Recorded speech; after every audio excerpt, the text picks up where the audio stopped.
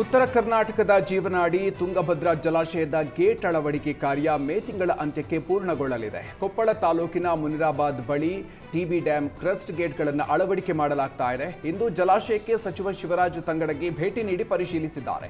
ಈ ಹಿಂದೆ ತುಂಗಭದ್ರಾ ಜಲಾಶಯದ ಕ್ರಸ್ಟ್ ಗೇಟ್ ಕಿತ್ತು ಪೋಲಾಗ್ತಾ ಇತ್ತು. ಇದರ ಬೆನ್ನಲ್ಲೇ ಸರ್ಕಾರ 54 ಕೋಟಿ ವೆಚ್ಚದಲ್ಲಿ ಗೇಟ್ ಅಳವಡಿಕೆಗೆ ಟೆಂಡರ್ ಕರೆದಿತ್ತು. ಇದೀಗ ಕೆಲಸ ಬಿರುಸು ಪಡ್ಕೊಂಡಿದೆ. ಹಾವೇರಿಯಲ್ಲಿ ಉರ್ದು ಶಾಲೆಗೆ ವ್ಯಕ್ತಿಯೊಬ್ಬ ಬೀಗ ಜಡಿದಿದ್ದು ವಿದ್ಯಾರ್ಥಿಗಳು ಅತಂತ್ರ ಸ್ಥಿತಿಯಲ್ಲಿ ಸಿಲುಕಿದ್ರು. ಬ್ಯಾಡಗಿ ತಾಲೂಕಿನ ಮಲ್ಲೂರು ಗ್ರಾಮದಲ್ಲಿ ವ್ಯಾಜ್ಯದ ವಿಚಾರಕ್ಕೆ ಶಾಲೆಗೆ ಬೀಗ ಜಡಿದಿದ್ದಾನೆ. ಮಕ್ಕಳು ಶಾಲೆ ತೆರೆಯದೆ ಬಿಸಿಸಿನಲ್ಲೇ ಕುಳಿತುಕೊಂಡಿದ್ರು. ಈ ಹಿಂದೆ ಸರ್ಕಾರಿ ಶಾಲೆಗೆ ಈರಪ್ಪ ತಂದೆ ಶಂಕರಪ್ಪ ಜಾಗ ದಾನ ನೀಡಿದ್ರು.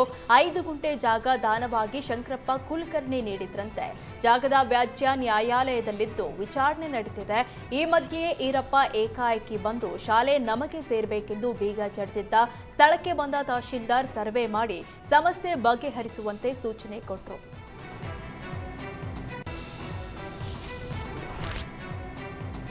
ಚಿತ್ರದುರ್ಗ ರೇಣುಕಾಸ್ವಾಮಿ ಕೊಲೆ ಕೇಸ್ನಲ್ಲಿ ಜೈಲು ಸೇರಿರುವ ಪವಿತ್ರ ಗೌಡಗೆ ವಾರಕ್ಕೊಮ್ಮೆ ಮನೆಯೂಟ ನೀಡುವಂತೆ ಕೋರ್ಟ್ ಅವಕಾಶ ನೀಡಿದೆ. ಇಂದು ವಿಚಾರಣೆ ನಡೆಸಿದ ಬೆಂಗಳೂರಿನ ಸೆಷನ್ಸ್ ಕೋರ್ಟ್ ವಾರಕ್ಕೊಮ್ಮೆ ಮನೆಯೂಟ ನೀಡುವಂತೆ ಸೂಚಿಸಿದೆ.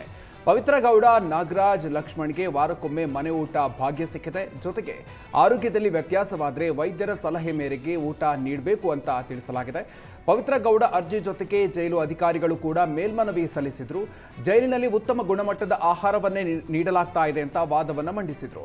ಬೇರೆ ಖೈದಿಗಳು ಇದೇ ರೀತಿಯ ಮನವಿ ಮಾಡ್ತಾರೆ, ಮನೆ ಊಟಕ್ಕೆ ಅವಕಾಶ ನೀಡಬಾರ್ದು ಅಂತ ಜೈಲಾಧಿಕಾರಿಗಳು ಹೇಳಿಕೊಂಡಿದ್ರು. ಇನ್ನು ಜೈಲಾಧಿಕಾರಿಗಳ ವಾದ ಪರಿಗಣಿಸಿ ವಾರಕ್ಕೊಮ್ಮೆ ಮನೆ ಊಟಕ್ಕೆ ಅವಕಾಶ ನೀಡಿ ಸೆಷನ್ಸ್ ಕೋರ್ಟ್ ಆದೇಶ ಕೊಟ್ಟಿದೆ. ಪಾಸ್ಪೋರ್ಟ್ ವೀಸಾ ಅವಧಿ ಮುಗಿದಿದ್ರೂ ಭಾರತದಲ್ಲಿ ವಾಸವಿದ್ದ ನೈಜೀರಿಯನ್ ಪ್ರಜೆಗಳನ್ನು ಆನೇಕಲ್ನ ಜಿಗಣಿ ಪೊಲೀಸರು ವಶಕ್ಕೆ ಪಡೆದಿದ್ದಾರೆ. ಆನೇಕಲ್ನ ಜಿಗಣಿ ಠಾಣಾ ವ್ಯಾಪ್ತಿಯ ಹಾರಗದ್ದೆಯಲ್ಲಿ 2 ನೈಜೀರಿಯನ್ನರು ವಾಸವಿದ್ರು. ಮಾಹಿತಿ ಮೇರೆಗೆ ಇಬ್ಬರನ್ನ ವಶಕ್ಕೆ ಪಡೆದಿದ್ದ ಪೊಲೀಸರು ಗಡೀಪಾರು ಮಾಡಲು FRRO ಕಚೇರಿಗೆ ರವಾನೆ ಮಾಡಿದ್ದಾರೆ.